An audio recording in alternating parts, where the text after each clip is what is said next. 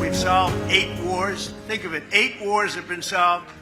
47তম মার্কিন প্রেসিডেন্ট হওয়ার পর 2025 সালের 10 মাসেই 8টি যুদ্ধবন্ধের দাবি করে যাচ্ছেন মার্কিন প্রেসিডেন্ট ডোনাল্ড ট্রাম্প। কিন্তু দ্বিতীয়বার প্রেসিডেন্ট হলে রাশিয়া ইউক্রেন যুদ্ধবন্ধে 24 ঘন্টাও সময় লাগবে না বললেও পুরো 2025 সালেও সেই প্রচেষ্টায় সফল হননি Trump. As you know, I get along very well with Putin. I would tell Putin, gotta settle. I would get a settlement in 24 hours.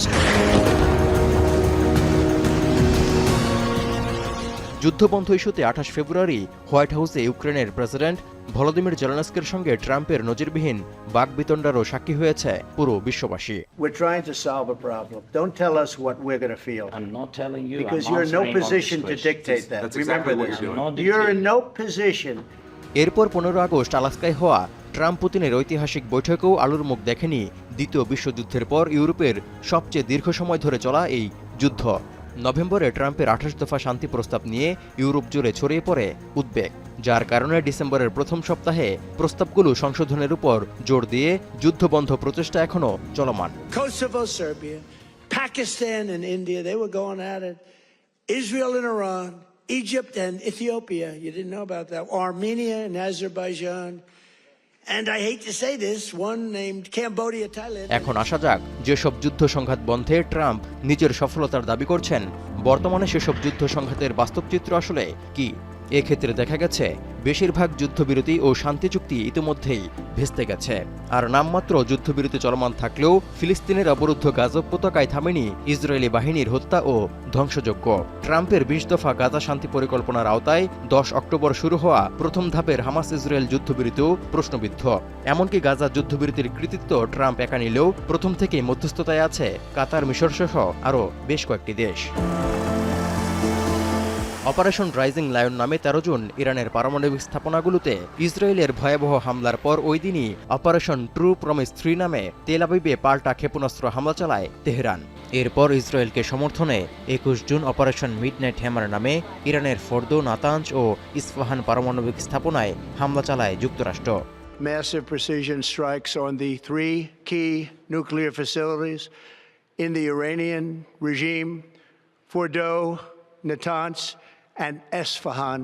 12 দিনের মাথায় কাতার ও যুক্তরাষ্ট্রের মধ্যস্থতায় ইরান ইসরায়েল যুদ্ধবিরতিতে রাজি হওয়ার পর নতুন করে সংঘাত না হলেও তেল আবিব ও ওয়াশিংটনের সঙ্গে তেহরানের উত্তেজনা রয়ে গেছে।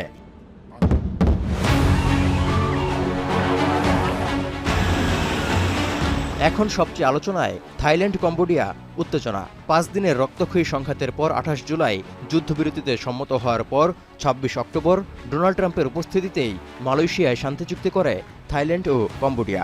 1 মাস না যেতেই বিতর্কিত সীমান্তে কম্বোডিয়া নতুন করে স্থলমাইন পুঁতে রাখার অভিযোগ তুলে 11 নভেম্বর শান্তি চুক্তি স্থগিতের ঘোষণা দেয় থাইল্যান্ড। এরপর 7 ডিসেম্বর বেশ কয়েকজন সেনা হতাহতের ঘটনায় 8 ডিসেম্বর কম্বোডিয়ায় বিমান হামলা চালায় থাই সেনারা। 12 ডিসেম্বর রাতের ফোনালাপে থাইল্যান্ড কম্বোডিয়া ফের যুদ্ধবিরতিতে রাজি বলে দাবি ট্রাম্পের। এরপরও বিরাজ করছে উত্তেজনা। এদিকে ট্রাম্পের হস্তক্ষেপের পরও একদিনও টেকেনি কঙ্গো রুয়ান্ডার যুদ্ধবিরতি।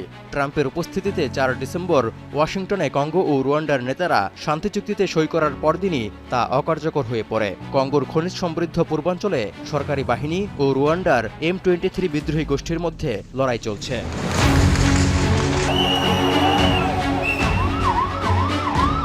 যুদ্ধবিরতিগুলোর মধ্যে সবচেয়ে আলোচিত ও সমালোচিত ভারত পাকিস্তান সংঘাত প্রসঙ্গ। 22 এপ্রিল জম্মু কাশ্মীরের পেহেলগামে সন্ত্রাসী হামলায় 26 পর্যটকের প্রাণহানির জন্য দায়ী করে 7 মে রাতে অপারেশন সিন্দুর নামে পাকিস্তানে হামলা চালায় ভারত। বুনিয়ানুল মারসুস নামে পাল্টা হামলার তীব্রতা বাড়ায় পাকিস্তানও। এরপর 10 মে দুদেশের মধ্যে সংঘাত বন্ধের বার্তা দেন মার্কিন প্রেসিডেন্ট ডোনাল্ড ট্রাম্প। কিন্তু এর জন্য আজও ট্রাম্পকে কৃতিত্ব দিতে নারাজ মোদি প্রশাসন। বাস্তবে উত্তেজনা নিরসনে দুদেশের মধ্যে স্থায়ী কোনো চুক্তিও হয়নি। भारत पर आतंकी हमला हुआ तो मुंह तोड़ जवाब दिया जाएगा। এদিকে ট্রাম্পের হস্তক্ষেপে দীর্ঘ 4 দশকের সংঘাত অবসানে 8 আগস্ট হোয়াইট হাউসে একটি শান্তি চুক্তিতে সই করেছে আর্মেনিয়া ও আজারবাইজান। আজারবাইজানের নাগোর্নো কারাবাখ নিয়ে 1980 সালের শেষের দিক থেকে দুদেশের মধ্যে বিরোধ চলে আসছিল। অঞ্চলটিতে বসবাস করা বেশিরভাগই জাতিগত আর্মেনিয়ান।